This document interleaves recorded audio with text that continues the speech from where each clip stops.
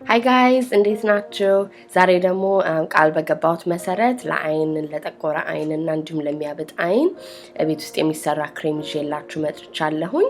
የመጀመሪያው ክሬም የሚሆነው የሊከሪሽ የአሎቬራ ጄል ወይንም የእሬት እንዲሁም የሮዝ ሂፕ ኦይል ዘይት ነው ቤታችን እንዴት እንደምንሰራ ማሳያችሁ። ለዚህ የአይን ክሬም ቫይታሚን ኢ ያስፈልገናል፣ ሬት ያስፈልገናል፣ ሊከሪሽ ያስፈልገናል። ሊከሪሽ ምን እንደሆነ በአማርኛ ማግኘት ስላልቻልኩኝ ነው። እንዲሁም ሮዝ ሂፕ ኦይል ያስፈልገናል ማለት ነው። ሊከሪሽ በጣም ቆንጆ ናቹራል የሆነ የጠቆረን ቆዳ ማንጫ ዘይት ነው። ስለዚህ ለዚህ የአይን ጄል አንድ ማንኪያ ከግማሽ እሬት ወይንም አሎቬራ ጄል እንጠቀማለን። ፍሬሹን አሎቬራ መጠቀም ትችላላችሁ። እንዲሁም ግማሽ ማንኪያ ፈሳሽ ቫይታሚን ኢ ኦይል እናደርጋለን።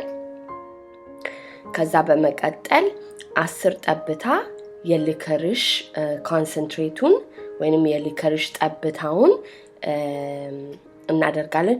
የሊከሪሽ ጥቅሙ እንዳልኳችሁ ቆዳን ሳይጎዳ ወይንም ብዙ ኬሚካል ሳይጠቀም የጠቆረ ቆዳን ጥቁር የወጣብንን በብጉር ምክንያት ጠባሳ የሆነብንን ሁሉ ጠባሳዎችን የማፍዘዝ ባህሪ ያለው። ስለዚህ ለዚህ የአይናችን ክሬም ደግሞ 10 ጠብታ እናደርጋለን። ከዛ በመቀጠል ደግሞ የሮዝ ሂፕ ኦይል ካላችሁ ይሄ ኦፕሽናል ነው። ካላችሁ 5 ጠብታ ታርጉበታላችሁ ወይንም ሩብ ማንኪያ ታርጉበታላችሁ። ሮዝ ሂፕ ኦይል በጣም ለቆዳ ቆንጆና ጠቃሚ የሆነ ዘይት ነው። እነዚህንን አንድ ላይ ውህዱን ከቀላቀልን በኋላ በትንሽዬ እቃ እናስቀምጠዋለን። ከፈለጋችሁ ፍሪጅ ውስጥ ማስቀመጥ ትችላላችሁ። በተለይ ፍሬሽ አሎቬራ የምትጠቀሙ ከሆነ ምንም አይነት ፕሪዘርቬቲቭ ስለሌለው ይበላሻል። እኔ ተጠቀምኩት አሎቬራ ግን ውጪ የሚቀመጥ ነው። ስለዚህ ይሄንን ሚክስቸር ወይንም ውህድ በቻፕስቲክ እቃ ባዶ ወይንም በትንሽዬ ጠርሙስ አርጋችሁ ማታና ጠዋት ብትቀቡት አይናችሁ ላይ ትልቅ ለውጥ ታገኛላችሁ ማለት ነው። እንደዚህ የጠቆሩ አይኖችን ማስተካከያ ክሬሞች ውጪ የሚሸጡ በጣም ብዙ አሉ። ቆንጆ የሚሰሩ አሉ፣ ግን ዋጋቸው በጣም ውድ ነው። ስለዚህ ይሄ በትንሽ ዋጋ በጣም ቆንጆ ለውጥ ያለው የአይን ክሬም መስራት ትችላላችሁ። ብዛቱም ደግሞ ጥሩ ነው፣ ምክንያቱም የምትገዙትን እቃ ደጋግማችሁ እየሰራችሁበት ስለምትጠቀሙት። እና የተጠቀምኳቸውን ነገሮች እንዳለ ከታች ሊስት አደርግላችኋለሁኝ። ይሄንን የአይን ክሬም ሞክሩት። አንደኛው የአይን ክሬም ይሄ ነው ዛሬ የሰራሁትኝ። ወደ ሁለተኛው ደግሞ እንገባለን።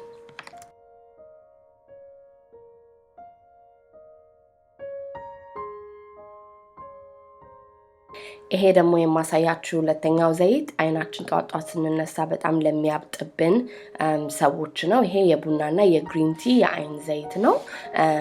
ለዚህ ደግሞ ውህድ የሚያስፈልገን 2 ማንኪያ የአቮካዶ ዘይት፣ 2 ማንኪያ የአልመንድ ዘይት፣ 2 ማንኪያ የተፈጨ ቡና ፍሬሽ የተፈጨ ቡና እንዲሁም 1 ቲ ባግ የግሪን ቲ ሻይ ነው። የግሪን ቲ ሻይ ቲ ባግ አለው፣ እንዲሁም ብትኑን ይሸጣል። ግን እኔ ተጠቀምኩትኝ የነበረኝን የግሪን ቲ ባግ ነው። 1 ባግ ይበቃል ማለት ነው። ሶ እንደዚህ ከባጉ ስታወጡት ብትን ሻይ ይሆናል ማለት ነው። ሶ እነዚህ ውህዶችን ቀላቅዬ 2 ቀን አሳድሬዋለሁኝ። ይሄንን ደግሞ ለማጥለል ነጠላ ካላችሁ የነጠላ ቅዳጅ ወይንም ፔፐር ታውል ወይንም የቺዝ ክሎዝ ምናምን ካላችሁ እሱ መጠቀም ትችላላችሁ። ቡናውንና ዘይቱን ደግሞ ለመለየት ማለት ነው። ማጥለያ ብቻ ካደረግነው የቡናው ዱቄቶች ይወጣብናል። ስለዚህ ጨርቅ ጥሩ ነው፣ አቡጀዲ ጥሩ ነው፣ ነጠላ ኤኒ ካይንድ ኦፍ ጨርቅ ካላችሁ እሱ መጠቀም ትችላላችሁ። ሶ ይሄ ሚክስቸር 2 ቀላቅየው አድሯል ማለት ነው። ስለዚህ በደንብ ያ ዘይት የቡናውን ካፌን የግሪን ቲውን ካፌን እንዳለ ኢንፊውዝድ ሆኗል ወስዷል ማለት ነው። እና ካፌን በጣም ቆንጆ ነው፣ ምክንያቱም ብለድ ሰርኩሌሽን ወይንም ብለዳችን የደም ዝውውር እንዲፋጠን ያደርጋል። ሶ ጠዋት ስንነሳ ብዙዎች አይናችን የሚያብጥብን ከሆነ ይሄ ዘይት በጣም ቆንጆ ነው ማለት ነው ምክንያቱም የደም ዝውውራችን ተመልሶ ወደዛ አይናችን አካባቢ ወዳለው ቆዳ እንዲመጣ ስለሚረዳ ማለት ነው ሌላ ደግሞ አይናችሁ አብጦ ለምትነሱ ሰዎች ማንኪያ ፍሪጅ ውስጥ አሳድራችሁ ጠዋት በዛ ቀዝቃዛ ማንኪያ አይናችሁን ብታሹት ወይንም ያን ቅዝቃዜ አይናችሁ ጋር ብታረጉበት ያበጠውን ነገር እብጠቱን ይቀንሳል ምክንያቱም ቀዝቃዛ ነገር ላይክ በረዶ አሁን ላበጠ ነገር እንደምንጠቀመው እንዳለ ላይናችንም ማንኪያ አነስ ያለ ማንኪያ ቁጭ አድርጋችሁ ፍሪጃችሁ ውስጥ ማታ ስትተኙ በረዶ ቤት ጠዋት ያንን መጠቀም ትችላላችሁ ከዛ ደግሞ ይሄንን የአይን ዘይታችሁን መድገም ትችላላችሁ ማለት ነው ስለዚህ አይናችሁ ጠዋት በደንብ አብጦ በእንቅልፍ ጦትም ሊሆን ይችላል እንዲሁም ደግሞ በተፈጥሮ ደም ዝውውር የትራስ አለመመቸትም ሊሆን ስለሚችል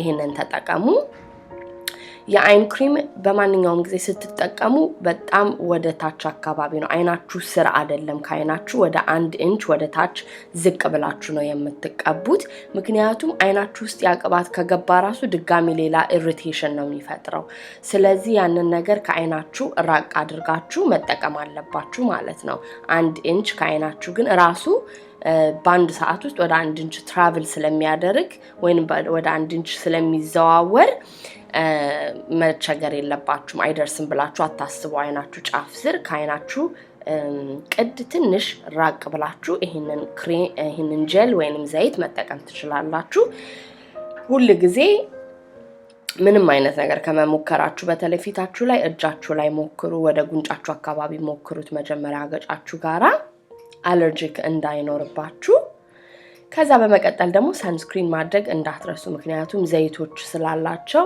ቆዳችሁ እንዳይቃጠል ሰንስክሪን ማድረግ እንዳትረሱ እና ሰርተን ከጨረስን በኋላ እነዚህ ነገሮች ጨለማና ደረቅ ቦታ ነው መቀመጥ ያለባቸው ዘይቶች እነዚህ ኢሰንሻል ዘይቶች ሁሉ ጊዜ ብርሃን አይወዱም ስለዚህ መሳቢያዎቻችሁ ውስጥ ወይ ፍሪጃችሁ ውስጥ አስቀምጡት ብቻችሁን እንዳለ ጻፉልኝ በሚቀጥለው ቪዲዮ ደግሞ እስከምንገናኝ ቸር ያገናኘን ኢንስታግራም ላይ ፎሎ ማድረግ እንዳትረሱ